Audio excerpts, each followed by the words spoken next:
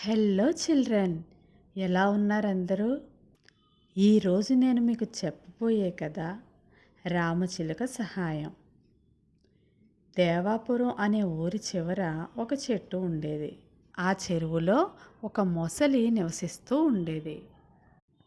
ఆ మొసలి ఆ చెరువులో ఉన్న చేపలను, అక్కడ దొరికే చిన్న చిన్న జంతువులను తింటూ జీవిస్తూ ఉండేది. ఒకరోజు ఉదయాన్నే చెరువులోంచి బయటకు వచ్చింది మొసలి. అక్కడ పక్కనే ఉన్న ఒక చెట్టు మీద ఒక కోతి నివసిస్తూ ఉండేది. ఆ కోతి మొసలిని చూసి, "మొసలి మామ, నాకు చాలా కాలంగా ఒక సందేహం ఉంది."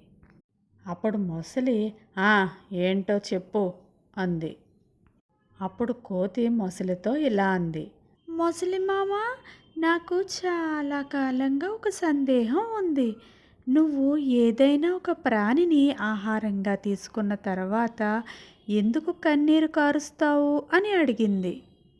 అప్పుడు మొసలి కోతితో ఇలా అంది, "మా శరీర నిర్మాణం అలా ఉంటుంది. మీ అందరిలా మాకు నోట్లో నాలుక ఉండదు. అందుకే మేము ఏ ప్రాణిని నోటితో పట్టుకున్నా ముక్కలుగా చేసి మింగేస్తాము. మీ శరీరానికి చెమట గ్రంథులు ఉన్నట్లు మా శరీరానికి చెమట గ్రంథులు ఉండవు. మా జీర్ణ వ్యవస్థలో కొన్ని రకాల వ్యర్థాలు కంటి నుంచి ద్రవ రూపంలో బయటికి వస్తాయి. దాన్ని చూసి అందరూ కడుపు నిండా తిని కన్నీరు కారుస్తున్నాం అనుకుంటారు" అని చెప్పింది మొసలి. కాసేపు మొసలి, కోతి అలా మాట్లాడుకుంటూ ఉన్నాయి.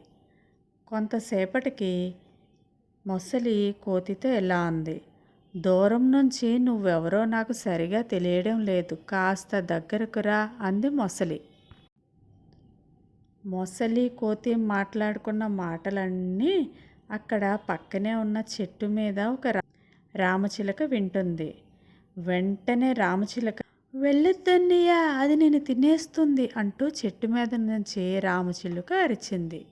ఆ మాటలు విన్న కోతి వెంటనే, "నీ గురించి నాకు తెలుసు ముసలమ్మ" అంటూ వెనక్కి కదిలింది. కానీ ఒక్కసారిగా కోతి తోకను పట్టేసుకుంది మొసలి. దాని నుంచి తప్పించుకోవడానికని ఎంత ప్రయత్నించినా కోతి వల్ల కావడం లేదు. దాంతో వెంటనే రామచిలుక ఎగురుకుంటూ వచ్చి మొసలి కళ్ళల్లో పొడిచింది. వెంటనే మొసలి కోతి తోకను వదిలేసింది. దాంతో వెంటనే అక్కడి నుంచి కోతి, రామచిలుక రెండూ పరిగెత్తాయి. అప్పుడు కోతి రామచిలుకతో ఇలా అంది, "సమయస్ఫూర్తితో నా ప్రాణాలు కాపాడినందుకు ధన్యవాదాలు చిలుకమ్మ" అంది కోతి. అప్పుడు రామచిలుక కోతితో ఇలా అంది, "ఆపదలో ఉన్నప్పుడు ఒకరికొకరు సహాయం చేసుకోకపోతే ఎలా? ప్రాణం ఉన్న ప్రతి జీవికి ఎదుటి వాళ్ళతో ఎప్పుడో ఒకసారి ఏదో ఒక అవసరం వస్తూనే ఉంటుంది. కాబట్టి చేతనైన సహాయం చేస్తూ ఉండాలి" అని బదులిచ్చింది చిలుక.